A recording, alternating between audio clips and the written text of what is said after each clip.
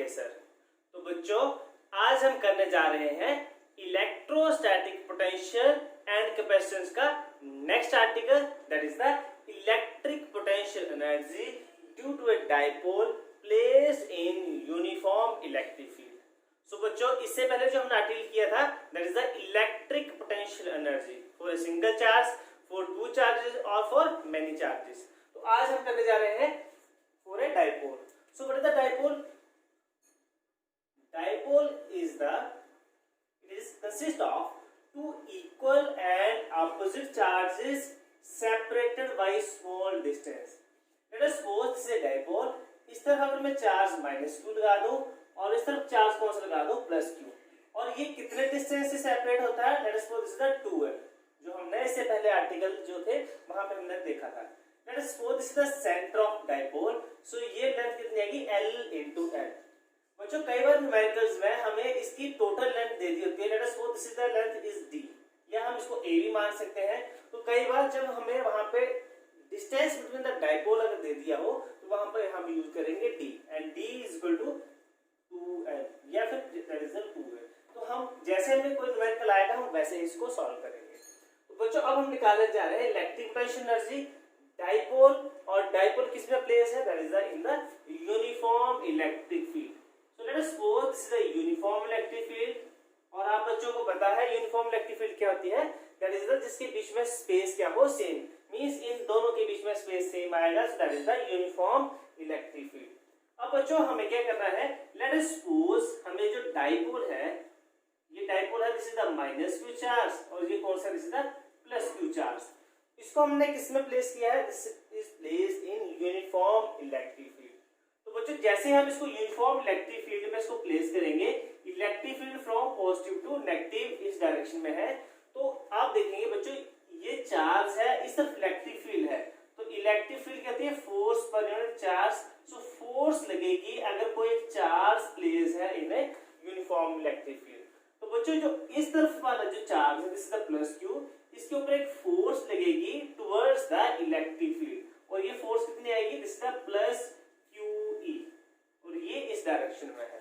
और अगर हम इसी का बेस मान के इसको देखें तो इस डायरेक्शन में भी एक फोर्स लगेगी towards, that is the sorry opposite to the electric field, और उसकी वैल्यू कितनी आएगी?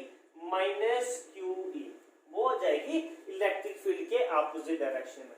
लेट अस सपोज कि ये किस एंगल के साथ है? This is makes an angle theta. तो बच्चों अब आप देखो कि यहाँ पे हमारे पास एक नेट फोर्स निकालते हैं, that is the net force.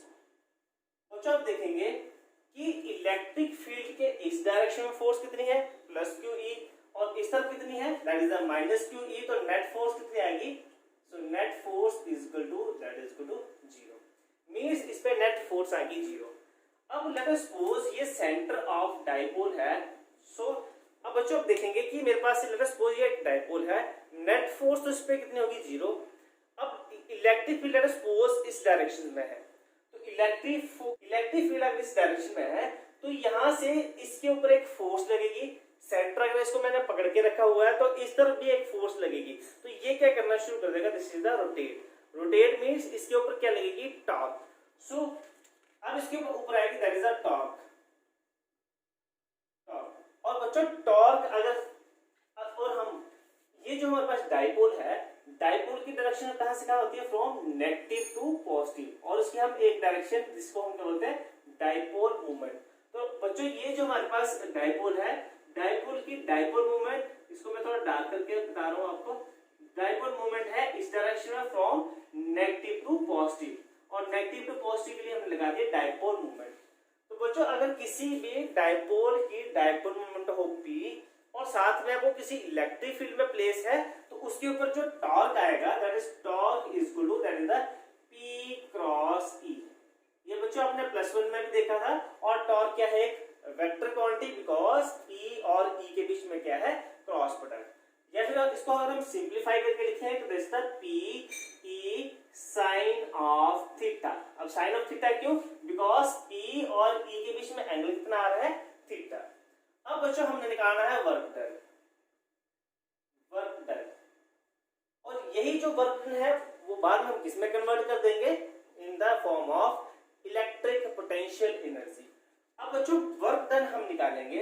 अब बच्चों वर्क डन जो निकाला था हमने, जो सिंपली ट्रांसलेशन मोशन के लिए जो वर्क डन होता है, ट्रांसलेशन मींस कि अगर हम स्टेट मूव कर रहे हैं तो उसके लिए वर्क डन क्या आता है कि कोई एक ऑब्जेक्ट है, ऑब्जेक्ट के ऊपर अगर हम फोर्स अप्लाई करें तो फोर्स कोई उसको डिस्टेंस तक उसको मूव कराती है, that is what this distance is dx। तो वर्क कितना आता है, this is the force into distance.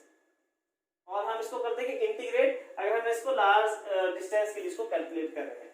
और लेट अस सपोज इसकी जो इनिशियल पोजीशन थी दैट इज द x1 और जो फाइनल पोजीशन की थी दैट इज द x2। अब इसको हम इंटीग्रेट करके जो टोटल वर्क डन है वो कैसे निकालते हैं, फ्रॉम x1 टू x2। इसको बोलेंगे हम this is the translational work done. But बच्चों यहाँ पे आप देखेंगे जो ट्रांसलेशन वर्क है वो यहाँ पे ट्रांसलेशन वर्क नहीं होगा, बिकॉज इसके ऊपर जो नेट फोर्स है वो कितनी आ गई है, 0। बट उसके ऊपर एक टॉर्क कैसे प्रोड्यूस हुई, क्योंकि हम डाइपोल मोमेंट उसका पी रखा था, इस तरफ एक फोर्स लग रही है और एक इस तरफ, जिससे क्या हुआ कि ये जो क्या करना शुरू कर देगा, रोटेट। और रोटेशन के लिए हमने हमेशा बताया है कि क्या आता है, that is the torque. Torque एक फोर्स है। तो बच्चों जब हम वर्क डन निकालेंगे electric field, uniform electric field के लिए और डाइपोल प्लेस है, तो उसके लिए जो वर्क डन आएगा उसके लिए आएगा टॉर्क। जैसे हमारे पास ट्रांसलेशन के लिए फोर्स आता है, हमारे पास रोटेशन के लिए क्या आता है, टॉर्क। और अब इसमें अब हम देखेंगे कि यहां से हम x1 से लेकर x2 तक जा रहे थे। लेट अस सपोज कि ये जो था डाइपोल, ये पहले इनिशियली यहाँ पे प्लेस था, तो ये कितना एंगल बना रहा है, दिस इज द θ1। इसको मैंने रोटेट करके इसको यहां से मैं इसको यहां तक पहुंचा दिया, सो लेट अस सपोज ये आ गया minus q and this is the plus q। तो अब इसका जो इसका एंगल आ गया वो कितना आ गया, θ2। ये आपको यहाँ पे नहीं दिख रहा है तो मैंने बताया ये था थीटा। अगर मैं इसको यहाँ पे θ1 इनिशियल पोजीशन से लेकर इसको कहाँ पे ले गया, this is the final position θ2, तो आप देखेंगे कि इन दोनों के बीच में जो एक आ रहा है this is the d θ। Means torque एक क्वांटिटी है, उसके साथ जो अब हम एंगुलर के साथ जो डिस्टेंस लेते हैं, ये हमारे पास आ गया लीनियर डिस्टेंस। एंगुलर डिस्टेंस के लिए हम क्या करते हैं, d θ। और अब इसको इंटीग्रेट करेंगे, integrate from initial point means θ1 से लेकर इसकी फाइनल पोजीशन θ2। तो बच्चों अब ये जो एक्सप्रेशन है दिस इज फॉर रोटेटरी या रोटेशनल मोशन के लिए, रोटेशनल मोशन के लिए हम इसको यूज करेंगे। तो बच्चों आप सभी को भी तो यहाँ तक क्लियर हो चुका है कि हमारे पास एक डाइपोल था, डाइपोल है तो उसकी डाइपोल मूवमेंट आएगी और वो हमेशा कहाँ से कहाँ आएगी, नेगेटिव टू पॉजिटिव। और ये तो हमारे पास आ गया, इसके बाद हम निकालेंगे नेट फोर्स। अब नेट फोर्स इसकी 0 आ रही है तो मींस ये स्टेट ऐसे मूव नहीं कर रहा है, मींस ट्रांसलेशन मोशन इसमें नहीं है। लेकिन ये क्या कर रहा है, इसके ऊपर एक टॉर्क अप्लाई कर रहा है, तो जब भी टॉर्क आएगी तो उसके लिए हमारे पास कौन सा आएगा, that is the rotational motion. तो बच्चों यहाँ तक तो आपने कर दिया है। अब यही वर्क डन अब हम निकालेंगे, तो वर्क डन निकाल लेते हैं हम।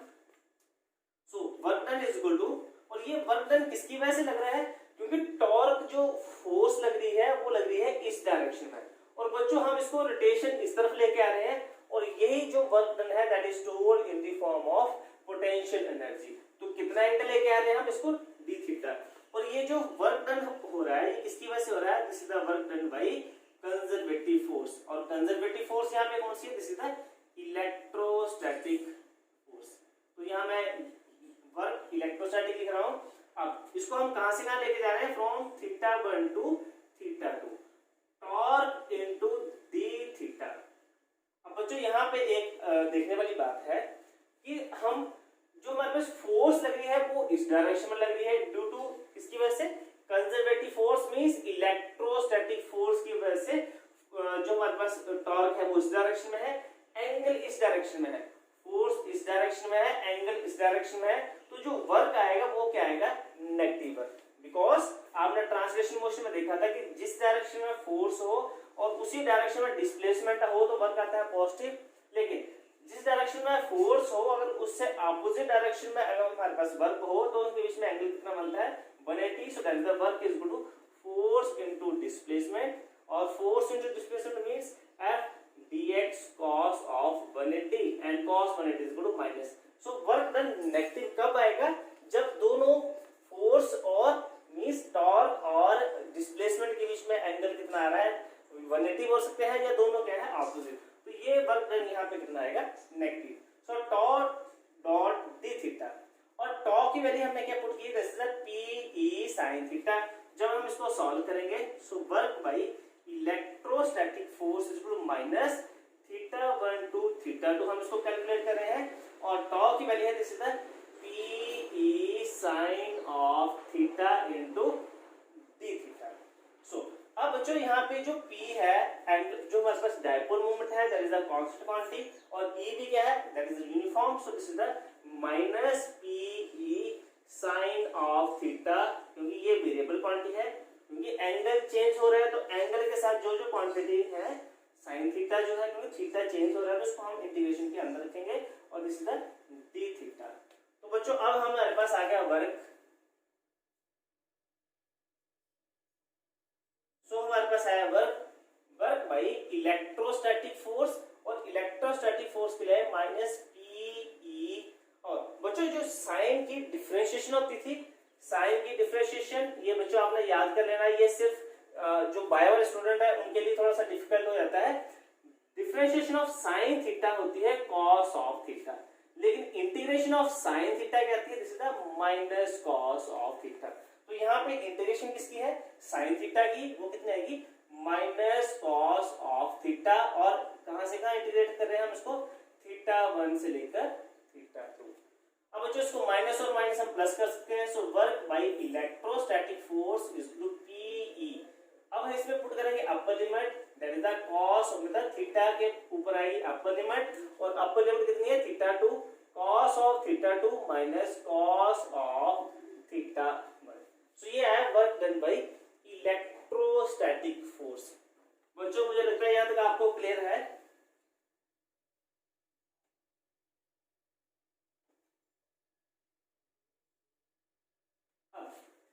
अब बच्चों इससे पहले जो हमने इलेक्ट्रोस्टैटिक पोटेंशियल एनर्जी थी उसमें हमने चेंज इन पोटेंशियल एनर्जी दो मेथड से की थी।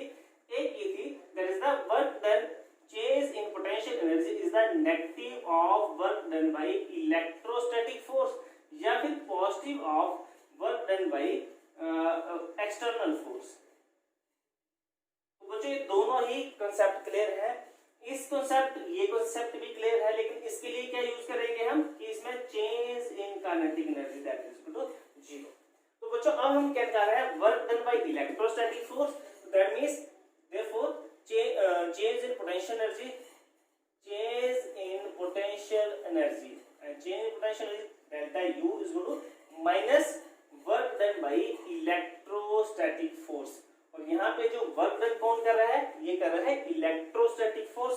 So therefore change in potential energy that is the, जो स्टार्टिंग जो हमारे पास एंगल था वो कितना था θ1, और जो फाइनल एंगल कितना था that is the θ2। So means final minus final potential energy minus initial potential energy minus work done by electrostatic force, और इलेक्ट्रोस्टैटिक फोर्स हम निकाल चुके हैं, this is the PE cos of θ2 minus cos of θ1। So बच्चों ये हमारे पास expression आ चुका है। अब बच्चों चेंज इन पोटेंशियल एनर्जी में हम क्या करते थे कि कोई एक टर्म को हम क्या करते थे 0। अब जो ये हमारे पास θ1 है, लेट अस सपोज ये हमारे पास था इलेक्ट्रिक फील्ड, हमने बोला था कि इलेक्ट्रिक फील्ड में हमने डाइपोल रखा है। लेट अस सपोज कि मैं ऐसे निश्चित कर लेता हूं कि जो हमारे पास θ1 था, θ1 को क्या मैं पुट कर लेता हूं 90 डिग्री, मींस जो ये डाइपोल है ये हमने ऐसे एंगल पे रखा था, डाइपोल को मैं क्या कर रहा हूं 90 डिग्री इसको क्या कर रहा हूं प्लेस। सो मैं करता हूं suppose θ1 is equal to 90 degree. बच्चों जैसे ही मैं थीटा को 90 डिग्री करता हूं तो जो हमारे पास पोटेंशियल एनर्जी आएगी, बिकॉज θ1 90 डिग्री है तो पोटेंशियल एनर्जी 0। बच्चों ये जो 0 आ रही है this is the clear cut assumption है, ये हमारे पास पोटेंशियल एनर्जी 0 कब आएगी, जब थीटा हमारे पास कितना आएगा 90 डिग्री। अब इसको हम यहाँ पे अंडरस्टैंड कर सकते हैं। लेट अस सपोज ये हमारे पास क्या था, ये हमारे पास है इलेक्ट्रिक फील्ड और मैं डाइपोल, लेट अस सपोज मेरे पास डाइपोल है, this is the plus Q charge और ये क्या है माइनस क्यू चार्ज। तो बच्चों आप देखेंगे ये जो हमारे पास डाइपोल है ये प्लेस्ड है इन ए इक्विपोटेंशियल सरफेस, मींस अगर इसको मैं यहाँ पे लगा दूं तो आप बच्चों को पता है इक्विपोटेंशियल सरफेस क्या होता है, जहां पे work done is equal to इसके बराबर होता है 0। या तो बच्चों आप इसको इक्विपोटेंशियल सरफेस के अकॉर्डिंग अंडरस्टैंड कर ले, या फिर इसका दूसरा मेथड जो है वो हम निकालते हैं, वो आएगा हमारे पास पोटेंशियल की टर्म में। बच्चों लेट अस सपोज ये हमारे पास इलेक्ट्रिक फील्ड है, इलेक्ट्रिक फील्ड में मैंने रख दिया डाइपोल। तो लेट अस सपोज ये जो इलेक्ट्रिक फील्ड स्टार्ट होती है फ्रॉम पॉजिटिव और एंड कहां पे होती है, टू द नेगेटिव एंड। तो बच्चों यहाँ पे जो पोटेंशियल आएगा, let us suppose this distance is r, मैं सेम डिस्टेंस r यहाँ पे रख दूं, तो potential due to this plus q charge कितनी आएगी, that is the v due to plus q charge, वो हमें पता है, that is the k q हमारे पास यहाँ पे स्मॉल है, k q upon r plus q charge की वजह से, और potential due to negative charge की वजह से minus k q upon r। So जो नेट आएगा, net potential plus q and minus q that is equal to 0। अब बच्चों हमारे पास पोटेंशियल तो 0 आ गया, और पोटेंशियल या पोटेंशियल डिफरेंस की डेफिनेशन क्या थी, work done to move a charge from one point to another point. या पोटेंशियल डिफरेंस की डेफिनेशन फ्रॉम इंफिनिटी डिफरेंस की थी from one point to another point, and potential की थी from infinity to the point. So बच्चों अब यहाँ देखेंगे पोटेंशियल हमारे पास नेट 0 है, नेट हमारे पास पोटेंशियल कितना आ गया 0, तो दैट मींस वर्क डन कितना आ गया 0। अगर वर्क डन 0 आ गया, that means change in potential energy भी क्या आ गया 0। तो बच्चों ये हमारे पास जो थी थीटा1, अगर थीटा अगर हमारे पास 90 डिग्री हो तो पोटेंशियल एनर्जी क्या आती है हमारे पास 0।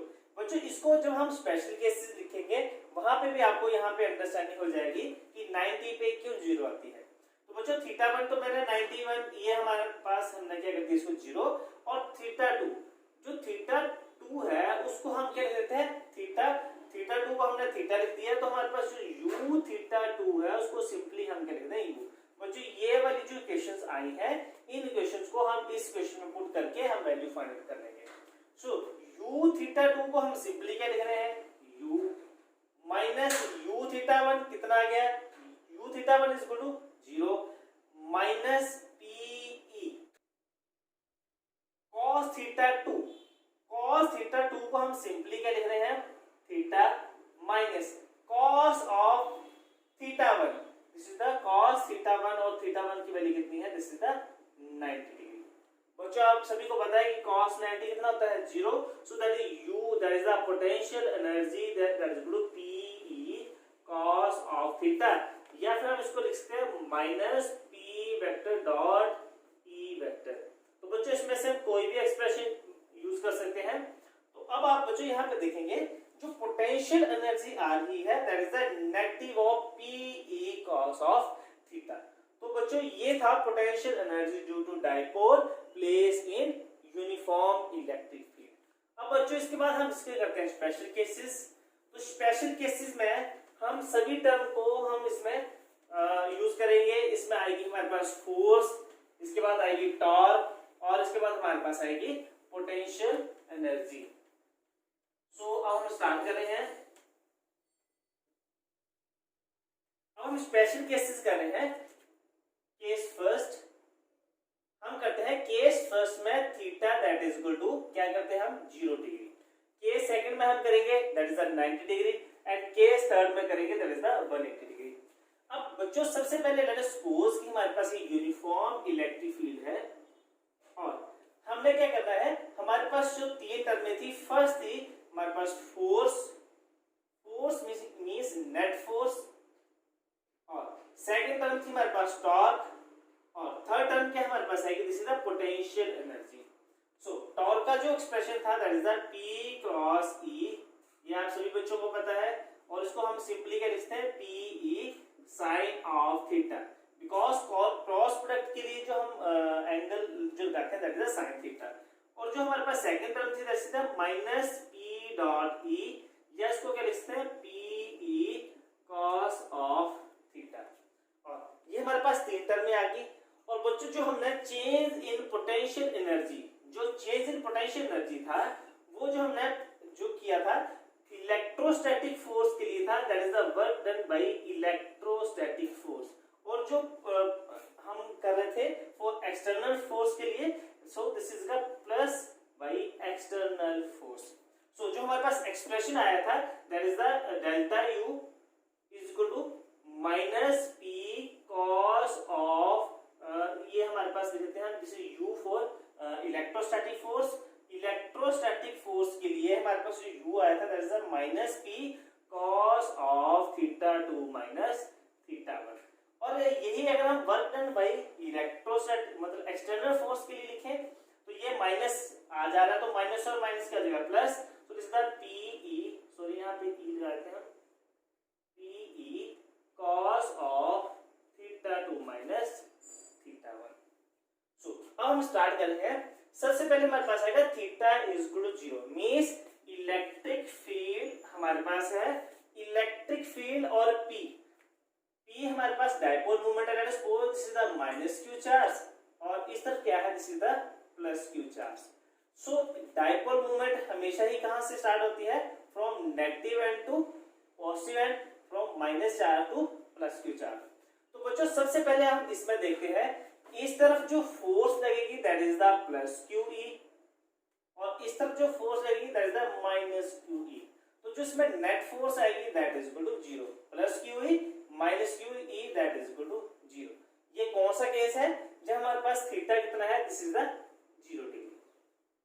अब सेकंड हमारे पास है P E sine of theta means P और ई के बीच में एंगल कितना आ रहा है, 0 degree. So P E sine theta कितना आएगा, so which is equal to P E sine theta, sine 0 sine of 0 that is 0 means torque भी कितनी हो जाएगी, 0, नेट फोर्स भी 0 मींस ये जो जब हमारे पास कोई भी डाइपोल जो है वो इलेक्ट्रिक फील्ड में अगर हमारे पास 0 डिग्री, लेट अस सपोज ये वाला जो एंड है this is the positive and and this is the negative and, अगर इसको मैं यहाँ पे रख दूं तो ट्रांसलेशन मोशन तो सबसे पहली बात इसमें होगा ही नहीं, बिकॉज इसमें फोर्स इज इक्वल टू 0, ये डाइपोल इस डायरेक्शन में जा ही नहीं सकता है।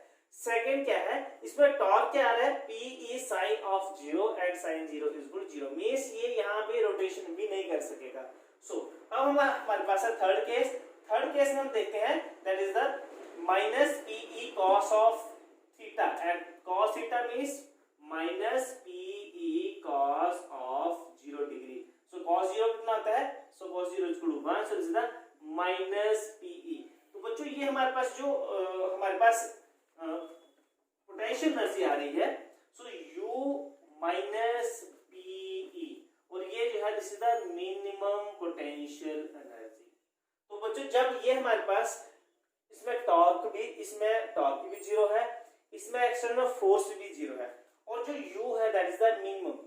U मिनिमम आने का मतलब लेट अस सपोज ये हमारे पास है कोई ऑब्जेक्ट, अगर ये ऑब्जेक्ट हमारे पास मिनिमम, ये इसकी आ गई इसकी मैक्सिमम वैल्यू, जब इसकी मिनिमम वैल्यू पे कोई चीज होगी तो ये क्या होगी, दैट इज द स्टेबल। जैसे कि लेट अस सपोज आप मुझे यहाँ पूरा दिन ऐसे अगर मैं यहाँ पे खड़ा रहा हूँ तो मेरे पास उसकी पोटेंशियल एनर्जी कितनी है, मैक्सिमम, और मैं यहाँ पे अगर आप देखेंगे कि मैं पूरा दिन यहाँ पे खड़ा नहीं हो सकता तो मैं क्या करूंगा, यहाँ पे लेट जाऊंगा। जब मैं लेट जाऊंगा तो दैट मींस उसकी जो पोटेंशियल एनर्जी कितनी हो जाएगी, दैट इज द मिनिमम, और वो कौन सी कंडीशन होगी, yes that is the stable.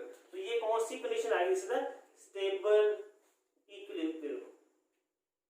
So torque 0, force 0 and potential energy is minimum, so that is in the stable equilibrium means theta is equal to 0 degree। तो ये हमारे पास आ गया first case. इसके जो नेक्स्ट आएगा this is the second case, ये हमारे पास आ गई इलेक्ट्रिक फील्ड।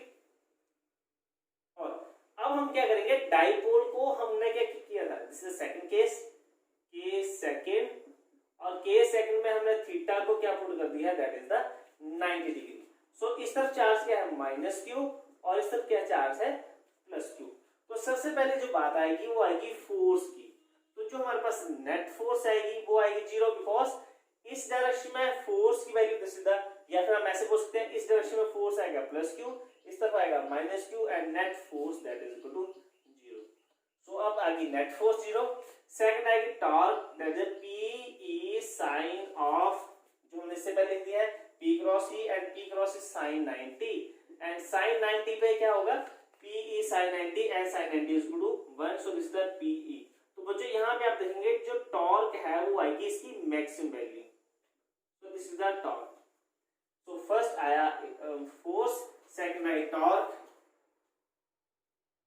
ये आया first, this this is the second point and this is the third point. अब थर्ड पॉइंट पे हम क्या देखेंगे, उसकी potential energy. So potential energy के लिए क्या था, this is the U is equal to minus PE cos of 90 degree. So U कितना आ गया, दिस इज द 0। सो इस केस में पोटेंशियल एनर्जी कितनी आ जाती है, 0। और बच्चों यही मैंने आपको बताया था कि जब हमारे पास क्या आएगा, एंगल थीटा जो है वो अगर 90 डिग्री है, मींस डाइपोल को अगर हम 90 डिग्री प्लेस करते हैं तो उस टाइम उसकी पोटेंशियल एनर्जी कितनी आती है, 0। This is the second case. अब हम करेंगे केस थर्ड। केस थर्ड में हमारे पास क्या आएगा, theta is equal to 180 degree. Means सबसे पहले हमने डाइपोल को 0 डिग्री पे रखा था, 0 डिग्री के बाद इसको रोटेशन करके हमने इसको कर दिया 90 डिग्री। इसको आप प्लस क्यू चार्ज मान लो, ये जो मार्कर का इस तरफ वाला जो एंड है दिस इज द प्लस और ये वाला कौन सा है, माइनस। पहले हमने इसको ऐसे रखा था, that is the case first. Second में हमने इसको क्या कर दिया, परपेंडिकुलर। और थर्ड जब हम करेंगे इसको रोटेट करके इस डायरेक्शन में लेके आ जाएंगे। सो this is the electric field, ये इलेक्ट्रिक फील्ड इस डायरेक्शन में है। अब इस तरफ जो चार्ज आएगा this is the plus Q और इस तरफ जो आएगा this is the minus Q. अब प्लस क्यू और माइनस क्यू, तो इस पे जो इस तरफ फोर्स आएगी वो वैसे आएगी, this is the force, this is the net force, वो आएगी 0। बिकॉज ये जो डाइपोल है ये इलेक्ट्रिक फील्ड में ट्रांसलेशन मोशन तो करेगा नहीं, ठीक है। इसके जो फर्स्ट पॉइंट आएगा that is the net force, second जो आएगा that is the torque and torque is equal to कितना आएगा, देखो यहाँ पे आया PE साइन ऑफ, पहले एंगल था 90 डिग्री, अब कितना आ गया 180। और आपको बच्चों को पता है कि साइन 0 पर भी 0 होती है वैल्यू और साइन 180 में कितनी होती है, 0 वैल्यू। सो टॉर्क भी कितना आ गया, 0। So torque is equal to 0। This is second case. अब थर्ड केस जो आएगा वो हमारे पास आएगा potential energy and potential energy is equal to minus PE cos of 180 degree. cos 0 1 and cos 180 that is the minus 1. So this is the minus PE and minus 1. So this is the U and U is equal to PE. बच्चों ये जो potential energy है ये कौन सी है, maximum potential energy. और जब maximum potential energy आएगी ये हमारे पास थी minimum potential energy. Minimum potential energy के लिए हम लिखा स्टेबल इक्विलिब्रियम और मैक्सिमम के लिए बोलेंगे हम इसको अनस्टेबल इक्विलिब्रियम।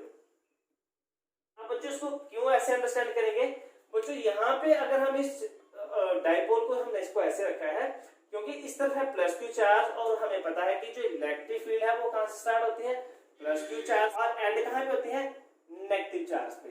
तो बच्चों इस तरफ पॉजिटिव और नेगेटिव एक दूसरे को क्या करेंगे, अट्रैक्ट, और इस तरफ भी पॉजिटिव और नेगेटिव क्या करेंगे, अट्रैक्ट। मींस ये इसकी आगे स्टेबल पोजीशन, पॉजिटिव और नेगेटिव अट्रैक्ट कर रहे हैं और इस तरफ पॉजिटिव और नेगेटिव अट्रैक्ट कर रहे हैं, जिससे क्या होगा कि अपनी पोजीशन को चेंज नहीं कर पाएगा। मींस इसकी आगे स्टेबल इक्विलिब्रियम।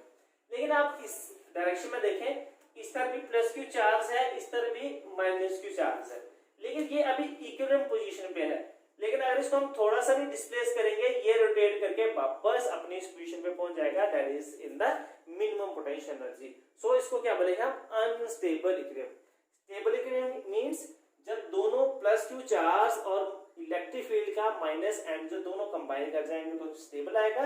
लेकिन जब दोनों अपोजिट होंगे तो दैट मींस दोनों सेम होंगे तो क्या आएगा, this is the unstable equilibrium. तो बच्चों ये हमारे पास आ गया। और इसके बाद मैंने आपको बताया था ये इसलिए कर रहे हैं क्योंकि हम इसके बाद न्यूमेरिकल यूज करेंगे, तो आप बच्चों ने ये वाले अच्छे से अंडरस्टैंड कर लेने हैं क्योंकि अब इसके बाद हम करेंगे न्यूमेरिकल्स। तो बच्चों मैंने बताया था change in potential energy, post negative आएगी for work done by conservative force means electrostatic force and positive work done by that is the external force.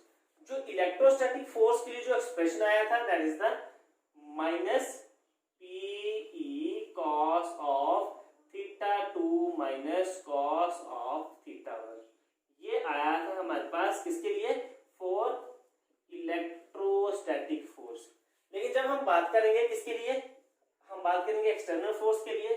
External force के लिए जो हमारे पास आएगा this is the PE cos of theta 2 minus theta 1। तो बच्चों ये सभी पॉइंट्स आप देख लेंगे। इसके बाद हम करते हैं हम इसके न्यूमेरिकल्स। सो करें स्टार्ट, चलो अब हम इसको करते हैं स्टार्ट।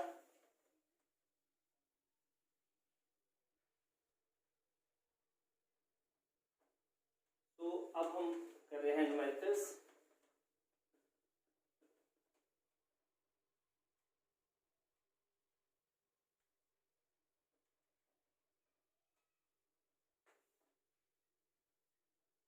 अब बच्चों हमारे पास न्यूमेरिकल्स जब आएंगे तो आप बच्चों ने सबसे पहले अंडरस्टैंड करना है कि इलेक्ट्रोस्टैटिक फोर्स वर्क कर रही है या फिर हम work done bye external force काम कर रहे हैं।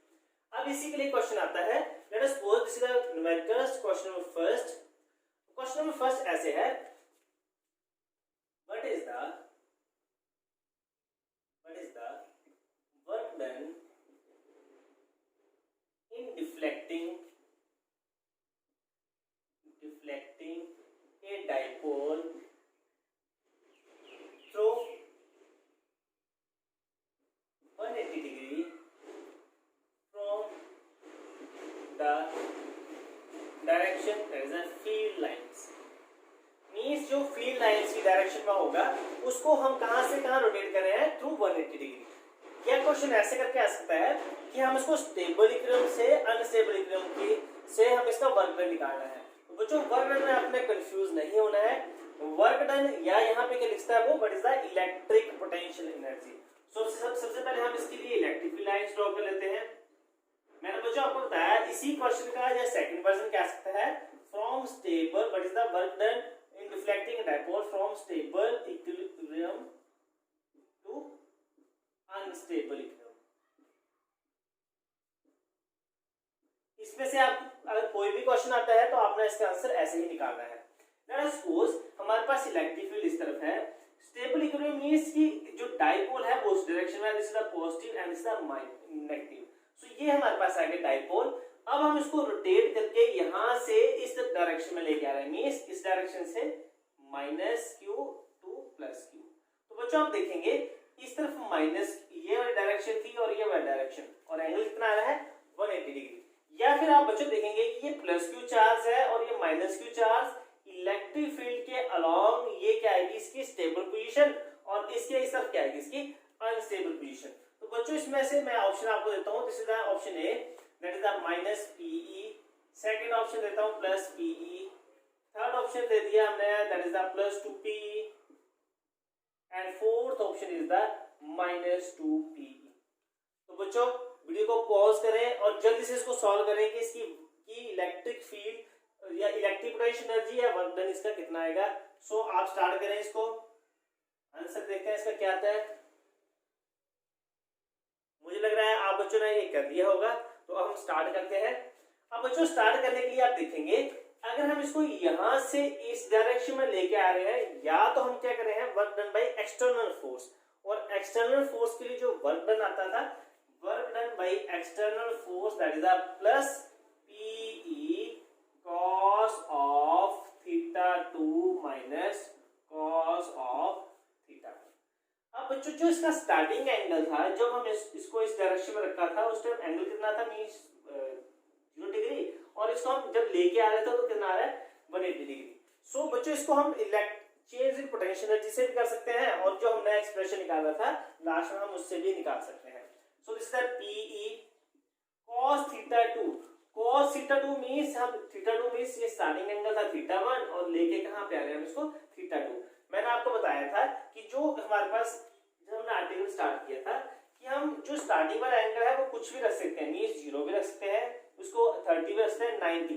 तो स्टार्टिंग एंगल है हमारे पास 0 डिग्री, बिकॉज ये जो हमारे पास था डाइपोल है that is in the direction of field line. So this is the cos of theta 2 and this is the cos of 180 degree minus, अब इसके बाद आएगा cos of that is the theta 1 and that is the 0 degree। So बच्चों this is the PE and cos 180 is equal to -1, और यहाँ पे कितना है -1 and -2, this is the PE। So work done by external force या फिर from stable to unstable, इसकी जो वैल्यू आएगी this is the -2PE। मुझे लगता है बच्चों आपने ये क्वेश्चन कर लिया होगा। अब हम इसके करते हैं question number second.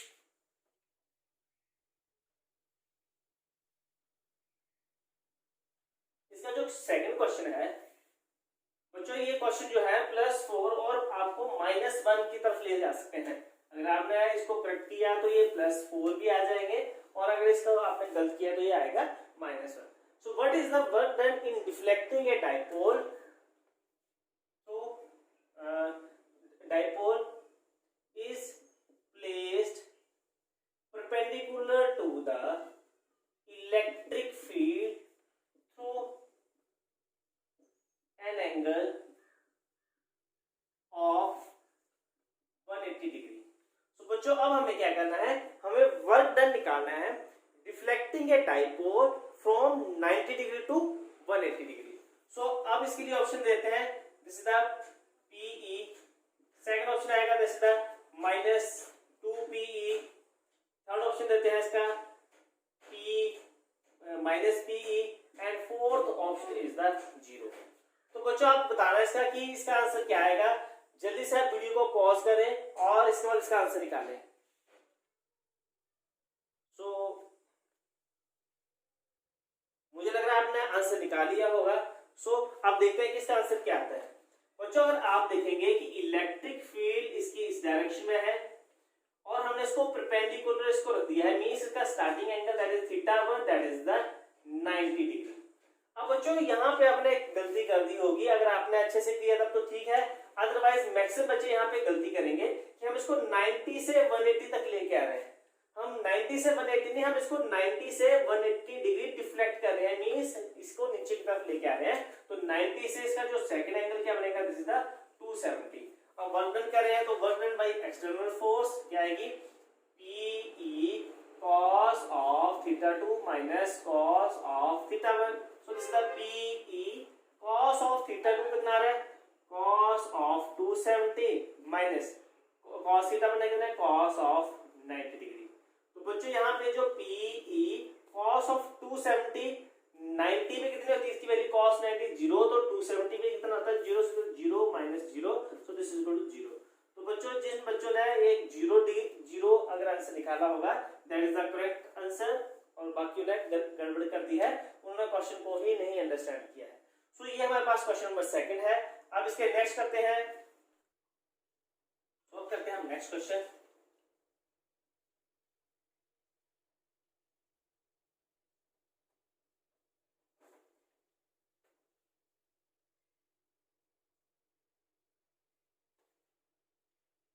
Question, a dipole of dipole moment, yeah, having dipole moment P vector placed in uniform electric field has 0 potential energy.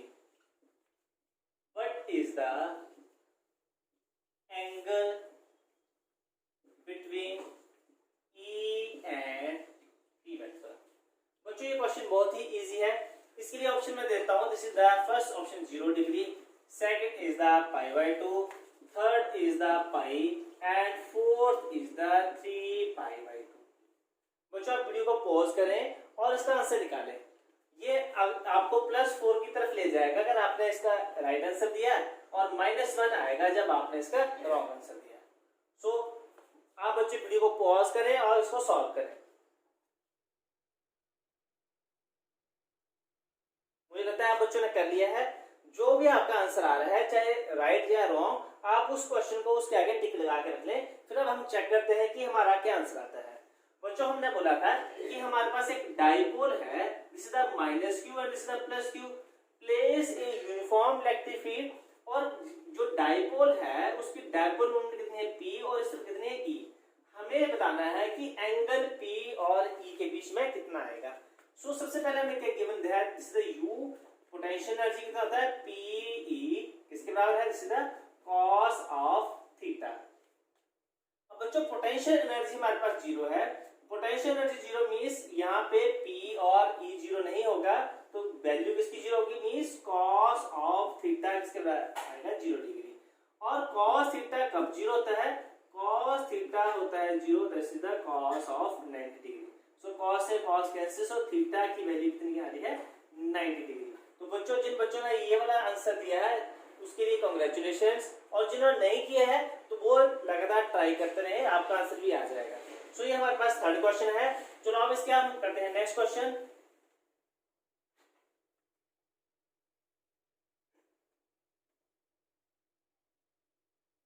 Next question है question number 4। Let us consider a dipole having length 4 centimeter placed in a uniform electric field having 10 by 5 Newton per coulomb. A dipole having length 4 centimeter placed in uniform electric field, it will experience placed, यहाँ पे लिखते हैं at an angle 60 degree with uniform electric field. Means ये place है और ये कितना angle बना रहा है 60 degree, place in uniform electric field 10 power 5 Newton पर coulomb. It will experience a torque of 10√3 Newton meter. So what is the electric potential energy? Electric potential energy कितनी आएगी? इसके लिए ऑप्शन देते हैं। फर्स्ट है -10 जूल, सेकंड देते हैं हम -20 joule, third is the -30 joule, fourth is the none of these. तो बच्चों अब इसको आप वीडियो को पॉज करें और जल्दी से इसका आंसर निकालें। ये फिर से आपको +4 की तरफ ले जाएगा अगर ये आपका राइट आंसर है, अदरवाइज ये क्या आएगा माइनस। सो आप बच्चों ने वीडियो को पॉज करके इसको सॉल्व कर लिया है। सो अब हम स्टार्ट करते हैं। बच्चों हमारे पास डाइपोल है, जो वैल्यूज गिवन है वो हम लिख लेते हैं। सबसे पहले हमारे पास गिवन वैल्यू है, हमारे पास लेंथ दी है डाइपोल की। तो बच्चों डाइपोल की अगर लेंथ हमारे पास दी है, या तो मैंने आपको बताया था वो डी कंप्लीट लेंथ होगी या उसके पास दी होगी 2a या 2l। तो हमारे पास जो वैल्यू आ रही है डी की वैल्यू 2, सो यहाँ हमारे पास वैल्यू 4 सेंटीमीटर, प्लेस है हमारे पास इलेक्ट्रिक फील्ड में और इलेक्ट्रिक फील्ड की वैल्यू कितनी है 10 पावर 5 न्यूटन पर कूलम। और हमारे पास जो टॉर्क है, टॉर्क कितना है हमारे पास, दैट इज 10√3। हमें क्या निकालना है, that is the potential energy.